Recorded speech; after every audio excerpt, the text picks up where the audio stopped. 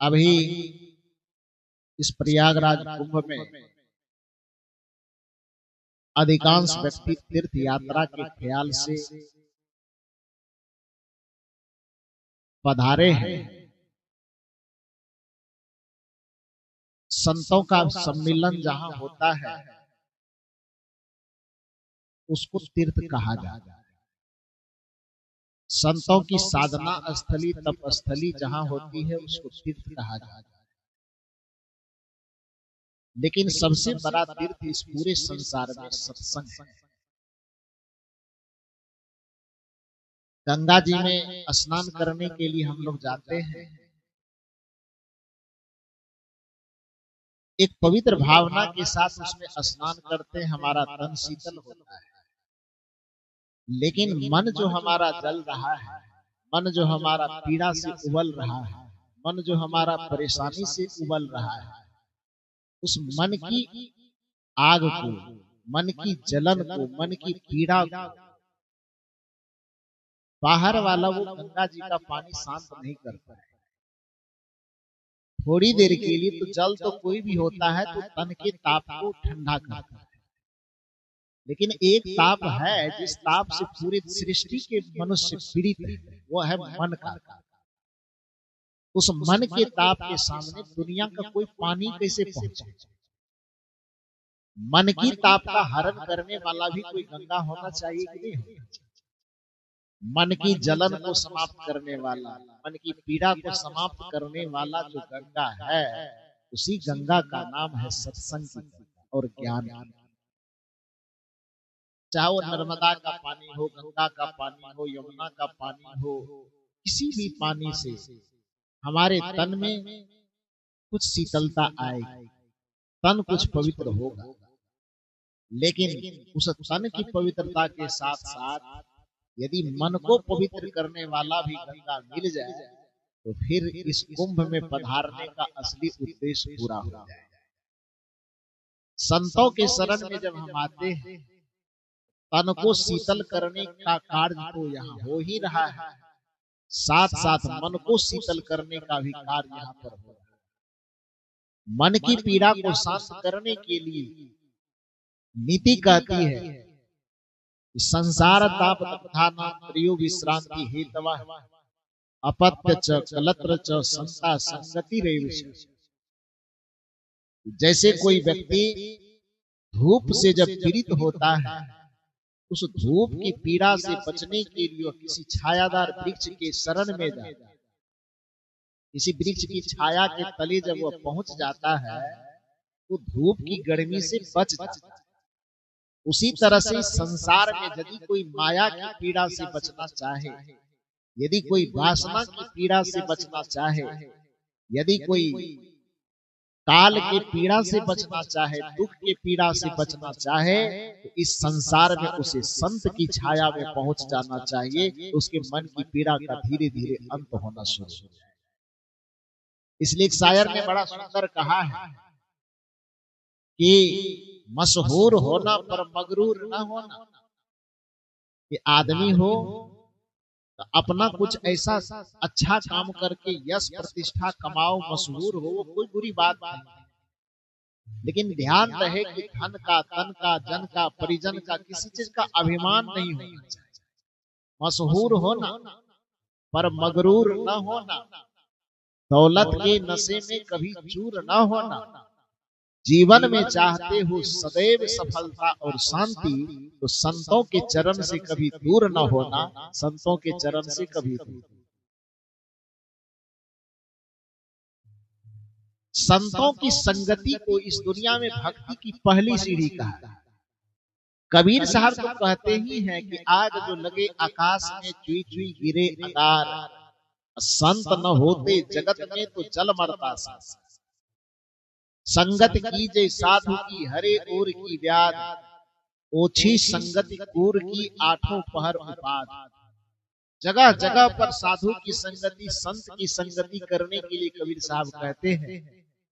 कुछ लोगों को आपत्ति हो सकती है कि कबीर साहब जैसे संत को निर्गुण परंपरा वाले हैं, बाहर में किसी देवी देवता को मानते नहीं, इसीलिए शायद वो कहते होंगे कि संत की संगति कर लो। तो थोड़ा बाहर में जिस उपासना पद्धति को सगुनवाद में देवी देवता तीर्थ व्रत इत्यादि की मान्यता है, उस गोस्वामी जी से भी यदि आप पूछेंगे कि आप बताइए कि भक्ति यदि हम करना चाहें तो भक्ति का क्रमशः जो विकास है किसके माध्यम से करें।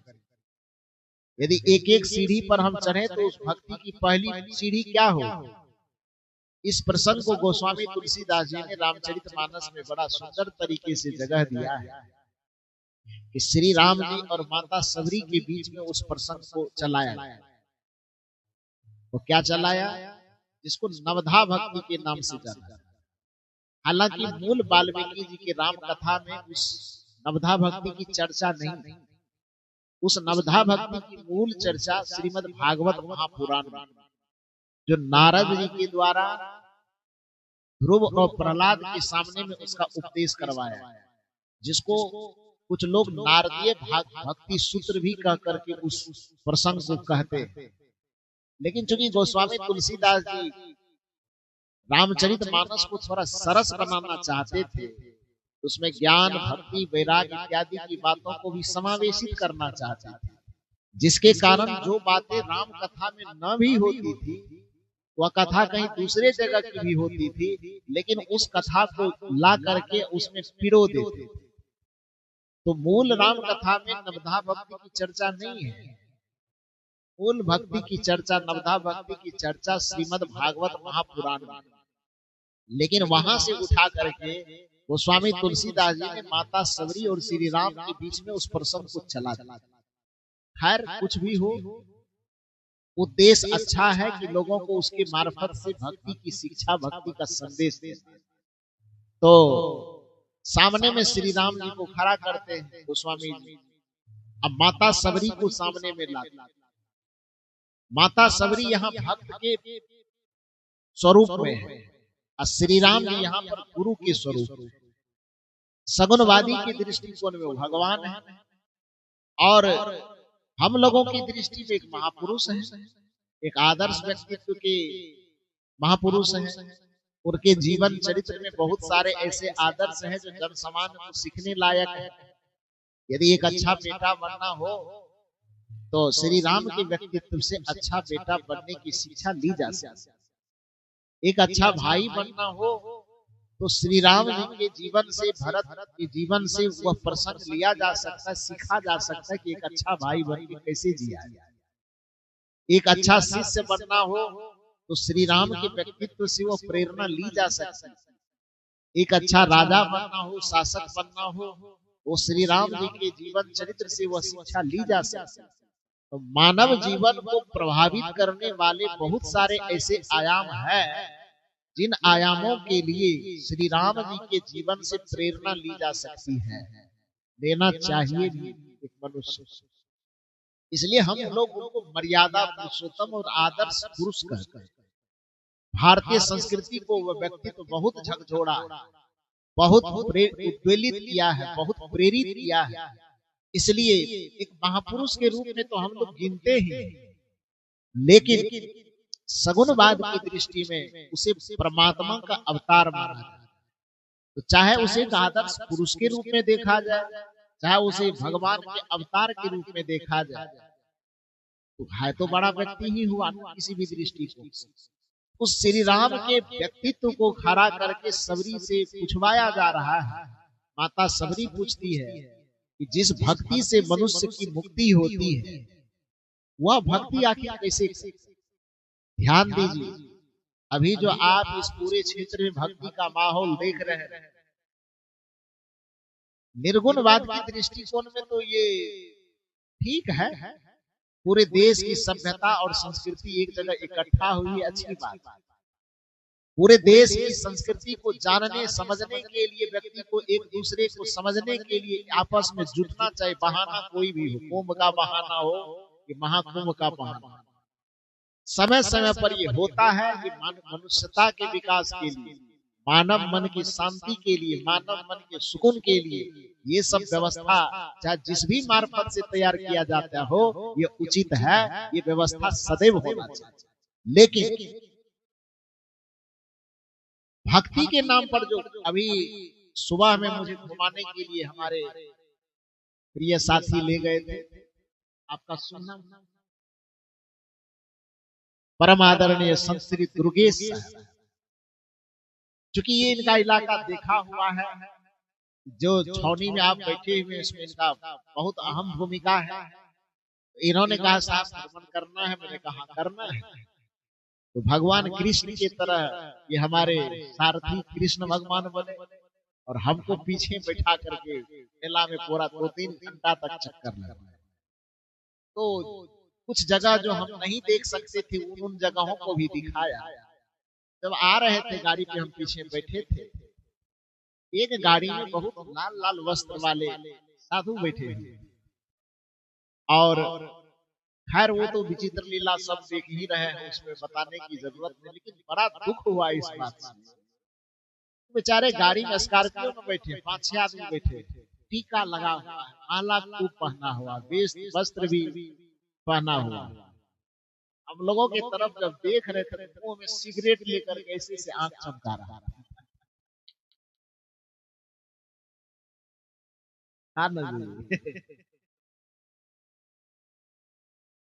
मैंने कहा यह भारत साधु की देश तक की पूजा करता। रामचरितमानस में लिखा हुआ है कि छापा तिलक जब दिया अनुपा वाको बनते राजा, कि बड़े बड़े राजे महाराजे इस वेश के सामने झुकता है।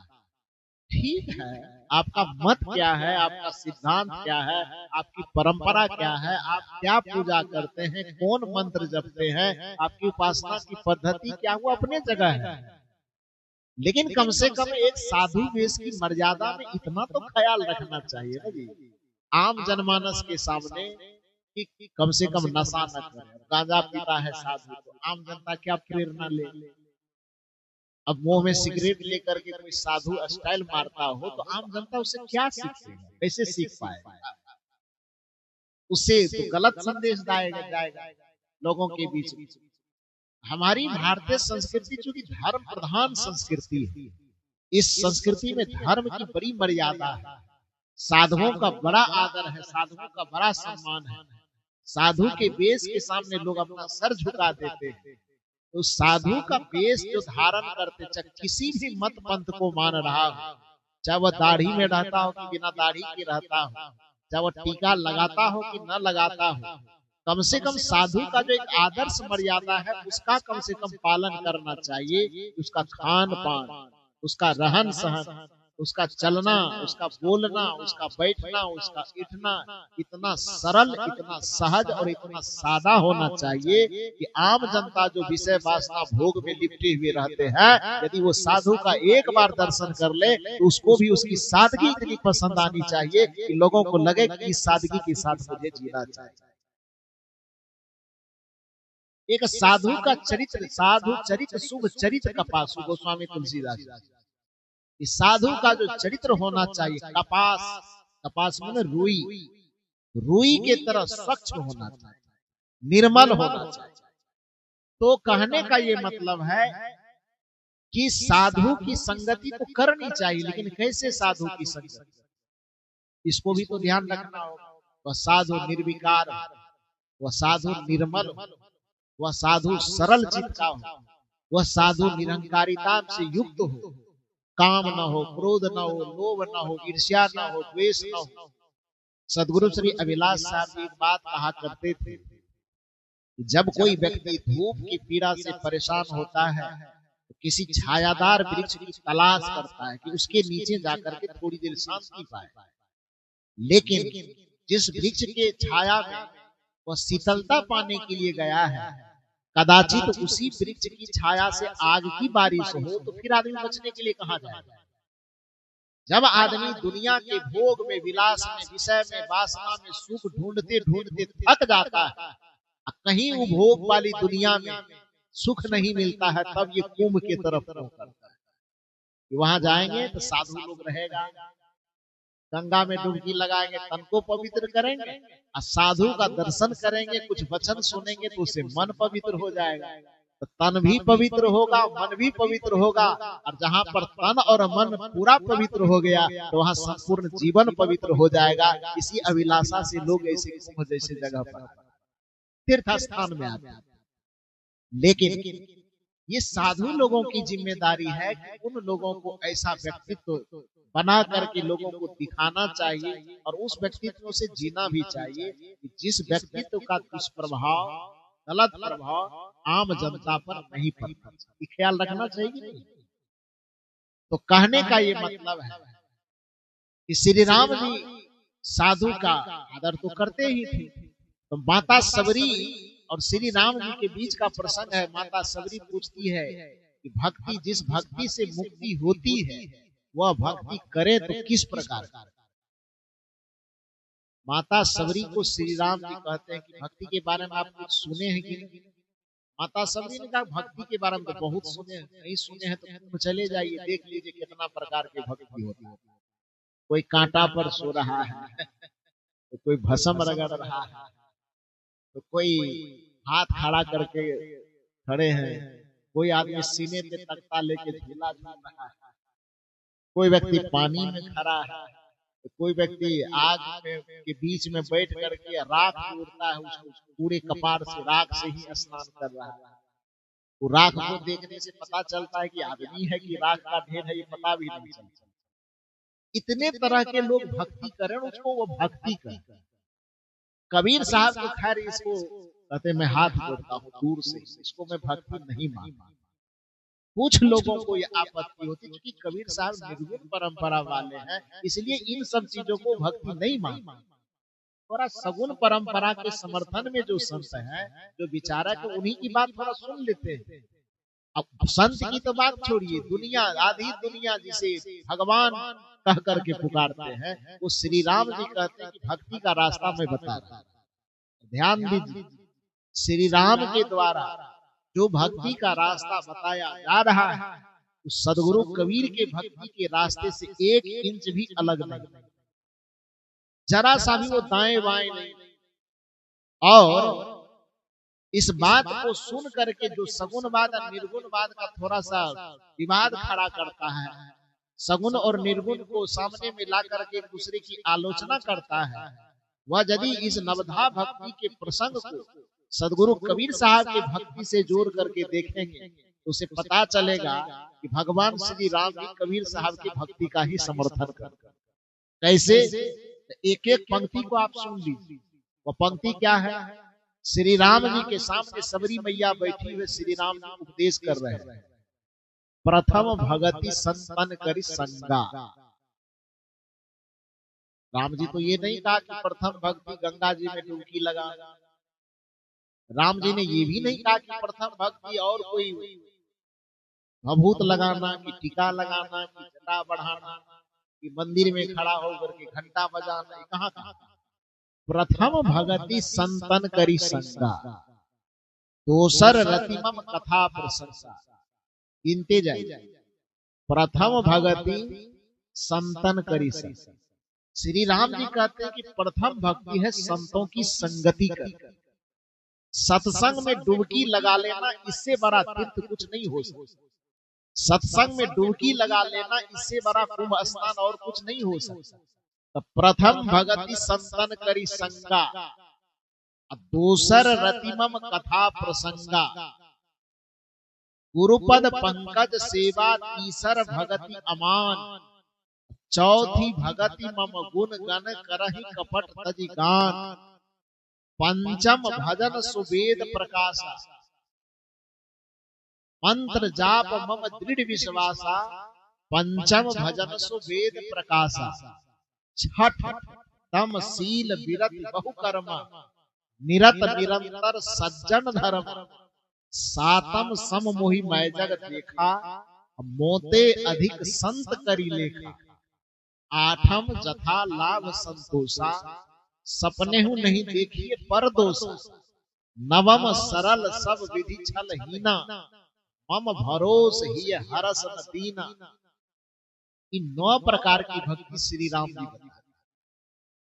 अब बताइए कि नौवों प्रकार की जो भक्ति गिनाया, इसमें जो अभी दिख रहा है भक्ति का माहौल, कि माहौल वाला में से 9 प्रकार की भक्ति में कई आदमी फिट बैठ रहा है?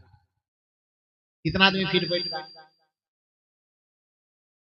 ये तो कबीर साहब का थर्मामीटर नहीं है, ये श्री राम का थर्मामीटर है कि भक्ति की पहचान यदि करनी हो कि असली भक्ति और नकली भक्ति क्या है, सच्ची भक्ति और झूठी भक्ति क्या है, तो कबीर साहब कहे तो थोड़ी देर के लिए माथा खट्टा हो जाता है। तो कबीर साहब की बात थोड़ी देर के लिए ना भी माने तो जो सगुनवाद के परम अवतार कहलाने वाले मर्यादा पुरुषोत्तम श्री राम, वह जो भक्ति का थर्मामीटर दुनिया को दे रहे हैं, उस थर्मामीटर के अंदर जितने प्रकार के भक्ति का माहौल अभी आपको 50 किलोमीटर के दायरे में दिख रहा है, आप बताइए कि श्री राम जी के थर्मामीटर से किसका भक्ति पास करेगा? हमें लगता है कि सदगुरु भगवान श्री राम ने जो भक्ति का थर्मामीटर दिया है, भगवान श्री राम के थर्मामीटर पर केवल और केवल सदगुरु कबीर साहब का जो ये तीर्थ लगा हुआ यही पास करेगा, बाकी सब फेल करेगा।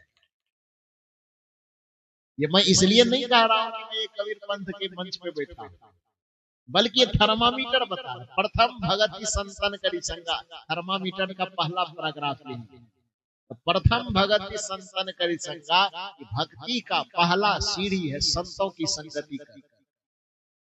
संत की संगति कौन कर रहा है?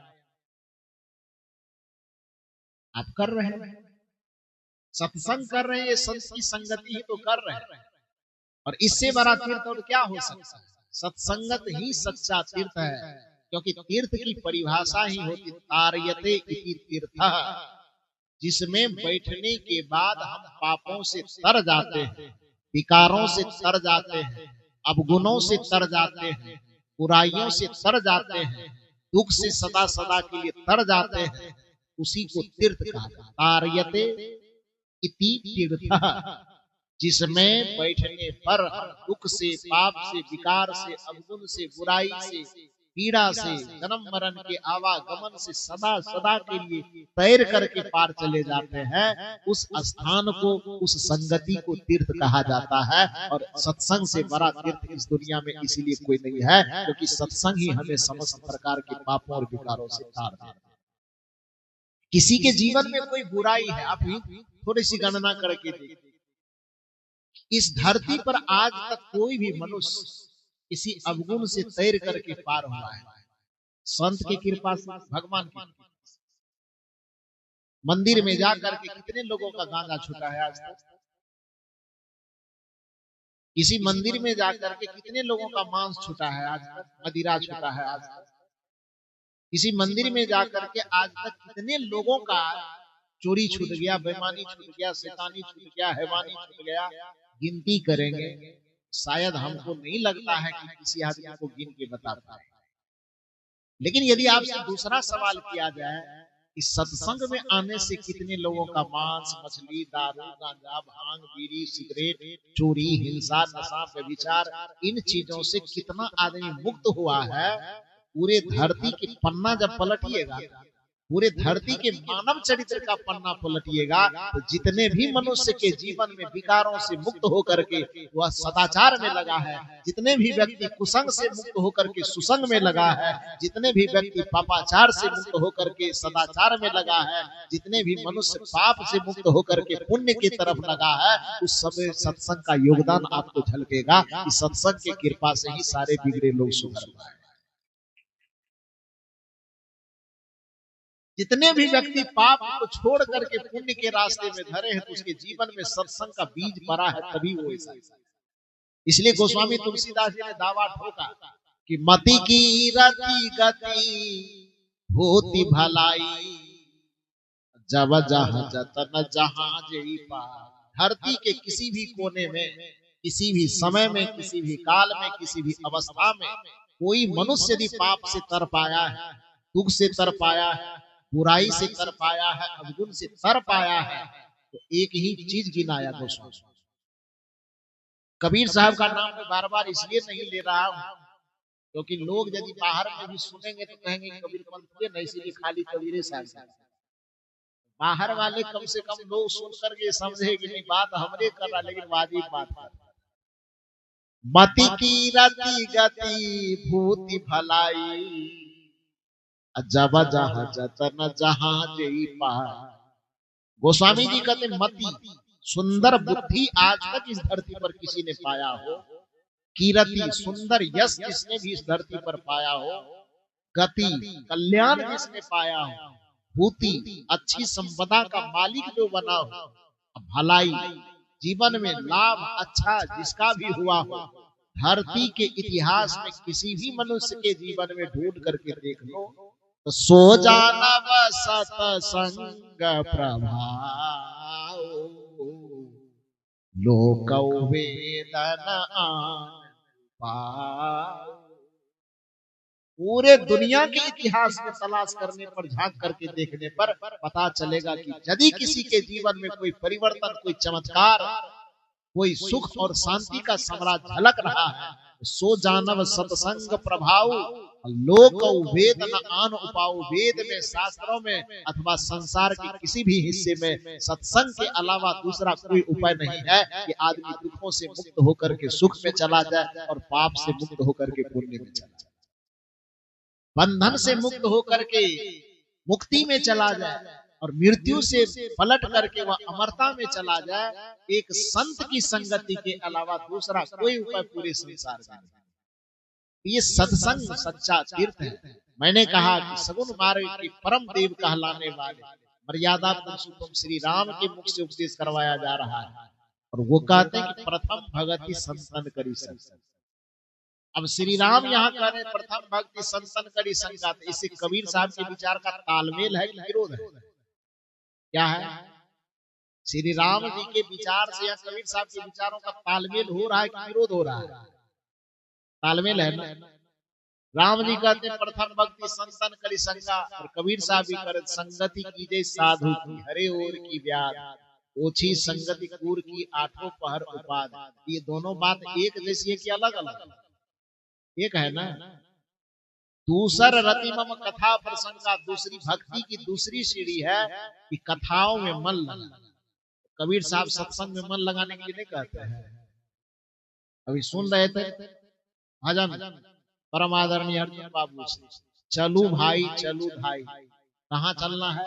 तो सत्संग धाम रे, जहां हो निस दिन निर्मल बुद्धि सद्ज्ञान। निर्मल बुद्धि से युक्त इस सत्संग का जहां जहां पर कथा प्रवाह होता हो उसमें व्यक्ति को डुबकी लगाना चाहिए, क्योंकि सत्संग रूपी तीर्थ में डुबकी लगाने का फल भविष्य में मिले ऐसी बात नहीं। दुनिया के जितने तीर्थों में डुबकी लगाने जाए, वहां पर जो डुबकी लगवाने वाले पंडित बैठे हैं वो कहेंगे अभी डुबकी लगाइएगा तो इसका फल अगले साल मिलेगा या अगला जन्म में मिलेगा।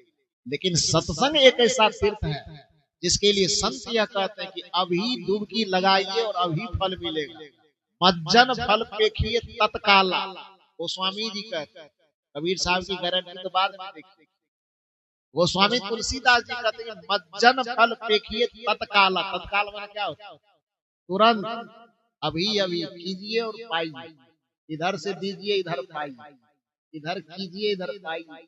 गोस्वामी तुलसीदास जी कहते हैं मज्जन फल पेखिए तत्काला, काक हो ये पिक बकौ मरार। यदि कौवा की प्रवृत्ति लेकर के कोई इस सत्संग में डुबकी लगा लिया तो डुबकी तो लगाया कौवा बन करके, लेकिन निकलेगा उधर से कोयल बन। डुबकी लगाया है दुबला बन करके, निकलेगा उधर से हंस बन के। काक हो ये पिक, काक मन कौवा और पिक मन कोयल। गोस्वामी जी कह रहे हैं कि मज्जन फल पेखिए तत्काला, काक हो ये पिक, कौवा कोयल हो जाएगा। अब बकऊ मराला, बकऊ मन बगुला, मराला मन हंस। गोस्वामी जी कहते हैं कि इस सत्संग रूपी तीर्थ में, इस सत्संग रूपी गंगा में यदि कोई व्यक्ति मन से डुबकी मार रहा है तो उसका फल अगले जन्म में पाने की जरूरत नहीं है, तत्काल फल मिलेगा। यदि कौवा बन करके आया और डुबकी लगाया तो कोयल बन जाएगा, यदि बोगला बन करके डुबकी मारा तो तत्काल हंस। शरीर से बोगला हंस नहीं बनेगा, शरीर से कौवा कोयल नहीं बनेगा और शरीर से बदलने की जरूरत नहीं। दुख शरीर के कारण तो मिलता नहीं, दुख मन के कारण है। इसलिए बदलना तन को नहीं है, बदलना मन को है। इस ज्ञान रूपी गंगा में डुबकी लगाने से हमारा मन बदल जाता है।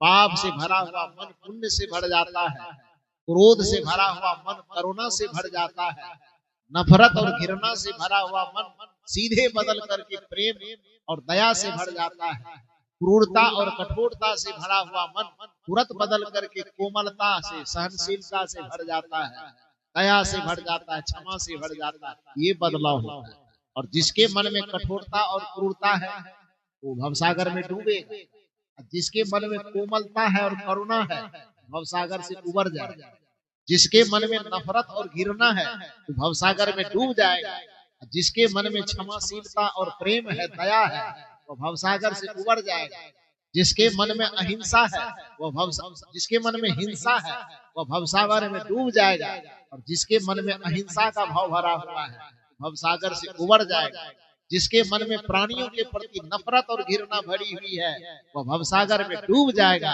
और जिसके हृदय में प्रेम और करुणा भर गया है वो भवसागर से सदा सदा के लिए तर जाएगा। तो हृदय में कठोरता को मिटा करके करुणा भरने का काम एक ही तीर्थ में होता है, उस तीर्थ का नाम है सत्संग। सौभाग्य है कि सत्संग रूपी यहाँ पर हम लोग मेला में आए हैं, कुंभ महामेला, और उस कुंभ महामेला में भी हम लोग सच्चे तीर्थ का दर्शन संतों के माध्यम से हो रहा है। जिन संतों की कृपा से यह दर्शन लाभ हो रहा है उस संत को आप लोग नमन कीजिए, उनको धन्यवाद दीजिए। उनकी कृपा से आप इतनी भीड़ में आए हैं ठहरने का, भोजन करने का, और साथ साथ इस ज्ञान गंगा में डुबकी लगाने का, ज्ञान गंगा में स्नान करने का आपको लाभ दे रहे हैं। वो संत निश्चित ही, वो कार्यकर्ता निश्चित ही वंदनीय है, आदरणीय है। तो मैंने कहा कि इस महाकुंभ की वेला में सब लोग पधारे तीर्थ करने के ख्याल से। खैर वो बाहर का तीर्थ समय परिस्थिति के अनुसार करते हैं, करना भी चाहिए।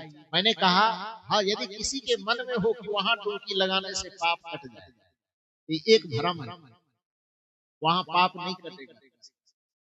पवित्र नदी है, स्नान करते हैं, करना चाहिए। कुंभ में मैं ये नहीं कहता हूँ कि नहीं आना चाहिए। कुंभ के अलावा भी दूसरे जगह पर जहाँ पर विभिन्न संस्कृतियों के लोगों के मिलने का जगह हो, जहाँ पर विभिन्न विचारधारा आकर के एक जगह इकट्ठा होता हो, जहाँ पर विभिन्न समाज और संप्रदाय के लोग एक जगह आकर के अपने विचार का आदान प्रदान करता हो, समय और मौका निकाल करके कभी कभी ऐसे ऐसे जगहों पर घूमना चाहिए, जाना चाहिए। या आना बुरा नहीं है, आना चाहिए। लेकिन यदि इस ख्याल से हम यहाँ आ रहे हैं कि बस चाहे हम जैसे खान पान करें, जैसा रहन सहन करें, उल्टा करें कि सीधा करें, उस जगह पर जाएंगे खाली एक बार नदी में डुबकी लगाएंगे पाप कट जाएगा, तो ये इससे बड़ा भरम दुनिया में कुछ नहीं। पाप नहीं कटता, बुराई करने वाले का पाप कभी नहीं कटता है। बुरा एक ऐसा बीज है बुराई, जिसके बारे में कबीर साहब ने कहा, करे बुराई सुख चाहे कैसे पावे कोई, रोपे पेड़ बबूल का।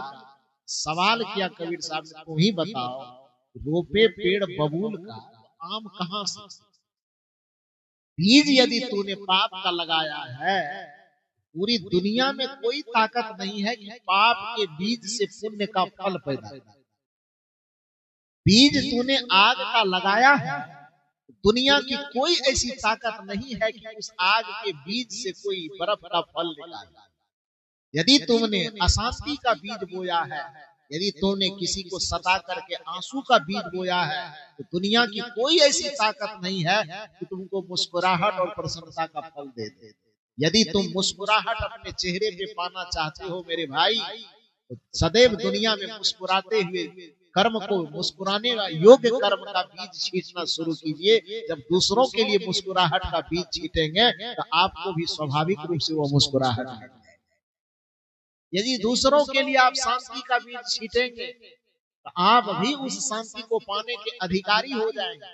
यदि दूसरे के लिए प्रेम और सम्मान का बीज छींटेंगे तो आप भी स्वाभाविक रूप से उस प्रेम और सम्मान को पाने के अधिकारी हो जाएंगे। यदि दूसरे के लिए शांति की व्यवस्था करेंगे तो आपको भी स्वतः शांति मिल जाएगी। जब दूसरे को आप सहयोग करेंगे तो आपको भी पूरे प्रकृति के माध्यम से सहयोग मिलना शुरू हो जाएगा। दूसरे को आप जो भी बांटेंगे वह मिलेगा। यही कारण है जब हम देखते हैं रिद्धि और सिद्धि जो गणेश जी की दो पत्नी मानी, उस रिद्धि सिद्धि का एक और नाम है शुभ और लाभ। आदमी अपने दुकान पर, घर में जब कोई अच्छा काम करता है तो घर के चौखट पर स्वास्तिक का चित्र बना करके एक तरफ लिख देता शुभ और दूसरा तरफ लिख देता है लाभ। शुभ और लाभ लिख। लेकिन आदमी की दृष्टि इतनी चालाक है, आदमी चालाकी यह करना चाहता है कि लिखता तो है एक तरफ शुभ एक तरफ लाभ, लेकिन जब प्रैक्टिकल की बात आती है तो शुभ करना नहीं चाहता लेकिन लाभ सब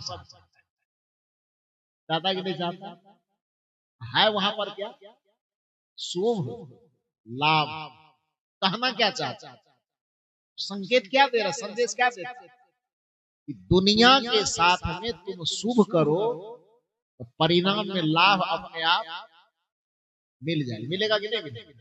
भलाई कर भला होगा, बुराई कर बुरा होगा। भलाई कर भला होगा, बुराई कर बुरा होगा। कोई देखे या ना देखे खुदा तो, खुदा कहने में नहीं बनता था, भगवानों कहने में नहीं बनता था, परमात्मा कहीं, परमात्मा भी कहने में नहीं बनता था, ईश्वर कहीं तो देखता होगा, जो भी कहने में संतुष्टि होती वही कहनी। भलाई कर भला होगा, बुराई कर बुरा होगा। कोई देखे या ना देखे खुदा तो देखता होगा। भलाई कर भला होगा, बुराई कर बुरा होगा। तो निश्चित है कि गणेश जी के लिए अपने सनातन धर्म की संस्कृति का जो चित्र बनाते, चिन्ह बनाते, स्वास्तिक चिन्ह, उन स्वास्तिक चिन्ह के एक तरफ में आप शुभ लिखते हैं, दूसरे तरफ में आप लाभ लिखते। इसका अभिप्राय यह है यदि आप जीवन में किसी भी प्रकार का लाभ चाहते, चाहे चारित्रिक लाभ, नैतिक लाभ, भौतिक लाभ, आध्यात्मिक लाभ, शांति का लाभ, प्रेम का लाभ, सम्मान का लाभ, किसी भी प्रकार का लाभ चाहते हैं, उस लाभ की चाहत रखने से पहले आप दुनिया के समस्त प्राणियों के साथ में शुभ करना शुरू करें, क्योंकि शुभ बीज है, लाभ उसका फल है। लेकिन चालाकी तो हम ये करते हैं कि शुभ और लाभ को लिखते तो है, लाभ चाहते हैं, शुभ करना नहीं चाहते। इसका तो अर्थ यही हुआ कि हम बीज बोना चाहते नहीं हैं, अब फसल काटना चाहते हैं। इसका तो यही अर्थ हुआ। इसलिए कबीर साहब ने कहा कि चाहत सुख लेकिन दुख संग न छाड़ा। चाहते तो सुख हो, फल तो चाहते हो, लेकिन बीज बोना नहीं चाहते। अब बीज यहाँ पर सनातन संस्कृति कहती है कि हमारी सनातन संस्कृति का दर्शन चिंतन यही है कि शुभ करो लाभ। दूसरी बात, एक बात और, यदि आपको लगता है कि ये समझ में नहीं आ रही है, लाभ शब्द जो आप लिखते हैं उस लाभ शब्द को थोड़ा सा उल्टा करके, लाभ को उल्टाइए तो शब्द लोआ का भो क्या हो गया, वो लाभ। लोआ का भो लाभ हो गया, तो शब्द को थोड़ा सा उलट कर, लाभ में लास्ट में भो है तो भो को पहले, लोआ का शुरुआत में तो ला का लास्ट में। लाभ को जब उल्टा करेंगे तो क्या बनेगा, वो भला बनेगा। मतलब जब आप किसी का भला करना शुरू करेंगे, किसी पे दया करना शुरू करेंगे, किसी पे प्रेम करना शुरू करेंगे, जब आपकी तरफ से भला होगा, प्रकृति का नियम है एक्शन टू रिएक्शन, क्रिया के विपरीत प्रतिक्रिया होती है। जैसे ही हम यहाँ से भला का क्रिया करेंगे तो उसके उल्टे में, उसके बदले में हमें प्रतिक्रिया क्या मिलेगी? लाभ मिलेगी कि नहीं? तो चाहे इस सांस्कृतिक दृष्टिकोण से देखें तो शुभ करेंगे तो लाभ मिलेगा, लेकिन यदि हम एक शुभ को न भी ले थोड़ी देर के लिए, तो वो भला, वो लाभ शब्द ही कह रहा है कि भैया तुम हमसे जो चाहते हो तुम सामने से उलट करके कुछ दो, क्योंकि प्रकृति का एक्शन टू रिएक्शन, क्रिया की विपरीत प्रतिक्रिया होती है। जो चीज आप फेंकते हैं वही चीज आपको मिलता है। एक दीवार हो सामने में और उस दीवार के सामने खड़े होकर के आप भजन गाना शुरू करें, उस दीवार से आवाज टकरा करके आपके कान तक क्या लौटेगी? क्या लौटेगी? भजन लौटेगी। और उसी दीवार के सामने खड़े होकर के एकदम जितना गायत्री मंत्र गाते हैं, गायत्री मंत्र समझ रहे हैं, गाली गलौज जो भी आपके मुंह में आता है, उस दीवार के सामने में खड़े होकर के गाली बकना शुरू करो। उस दीवार से रिटर्निंग आवाज जो आएगी आपके कान तक, वो क्या सुनाई देगा? मंत्र सुनाई देगा कि गाली? दीवार के सामने नहीं समझ में आता तो कुआं वगैरह है। अब तो कुआं का जमाना नहीं है। हम लोग के बचपन में हम लोग 2-4 कुआं हम लोग देखे हैं, तो जाते थे कभी कभी कुआं के दीवार के सामने खड़े होकर के खूब चिल्लाते, तो इधर से चिल्लाते थे तो जितना इधर से आवाज लगाते थे उतनी ही जोर से उधर से आवाज। कभी कभी कोई गाना गाते थे, इधर से भी गाना सुनते थे ना। तो चाहे किसी घर में हो, चाहे कुआं में, चाहे कोई भी दीवार के सामने जब आप खड़े होकर के मुंह से भी भजन गाएंगे, वह दीवार से टकरा करके वह आवाज आपके कान तक भजन के रूप में लौटे। यदि आपने कुछ गाली बका, अब शब्द बका, वो दीवार लौटा करके आपको क्या देगा? भजन, गाली ही देगा ना। जब प्रकृति का नियम है क्रिया के विपरीत प्रतिक्रिया, क्रिया यदि आपने भला का किया, उसके उल्टे में प्रतिक्रिया स्वरूप आपको लाभ मिलेगा। तो दुनिया में यदि जीवन में किसी भी प्रकार का लाभ चाहते हैं, शांति का लाभ चाहते हैं, मोक्ष का लाभ चाहते हैं, मुक्ति का लाभ चाहते हैं, कल्याण का लाभ चाहते हैं, आवागमन से पार हो जाने का लाभ चाहते हैं, भव चक्र से छूटने का लाभ चाहते हैं, तो एक ही सूत्र है, एक ही तीर्थ है, एक ही पूजा है, एक ही व्रत है कि आप दुनिया के समस्त प्राणियों के प्रति भला करना शुरू कर दीजिए। जीवन में सभी प्रकार का लाभ आपको अपने आप शुभ करना शुरू कर दीजिए, आपको लाभ मिलना शुरू।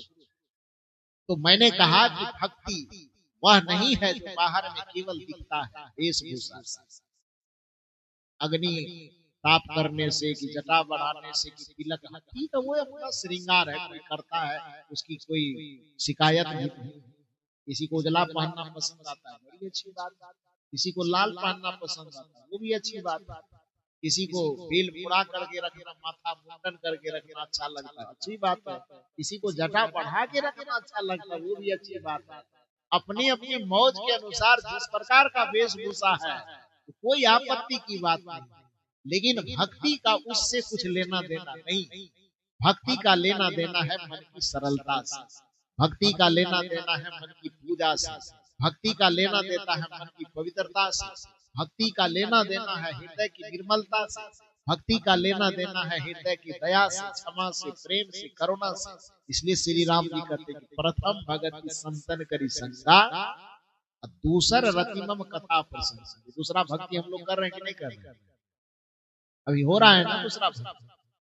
दो भक्ति तो हम लोग का हो गया, प्रथम भक्ति संतन करी संगा, दूसर रतिमम कथा प्रसंग, गुरुपद पंकज सेवा, तीसर भगति अमान। गुरु की शरण में बैठ करके अमान भाव से, निर्माण भाव से कुछ सेवा कार्य करते, वह भक्ति भी यहाँ हो रही कि नहीं हो रही? गुरुपद पंकज सेवा, तीसर भगति अमान, चौथी भगति मन गुण गण करहि कपट तजिका। यह भी सत्संग कथा के अंतर्गत में आता है। ये चौथा भी मंत्र जाप पंचम भजन सुवेद प्रकाशा, मंत्र जाप मम दृढ़ विश्वासा, पंचम भजन सुवेद प्रकाशा। जब आप यहाँ सत्संग में बैठे होंगे, इस मंच के माध्यम से कुछ प्रार्थनाएं की गई होगी, कुछ मंत्र दोहराया गया होगा, उस मंत्र को आप अपने जुबान से दोहरा करके उसमें भाग लिए होंगे, पांचवा भक्ति भी हो गया कि नहीं हो गया?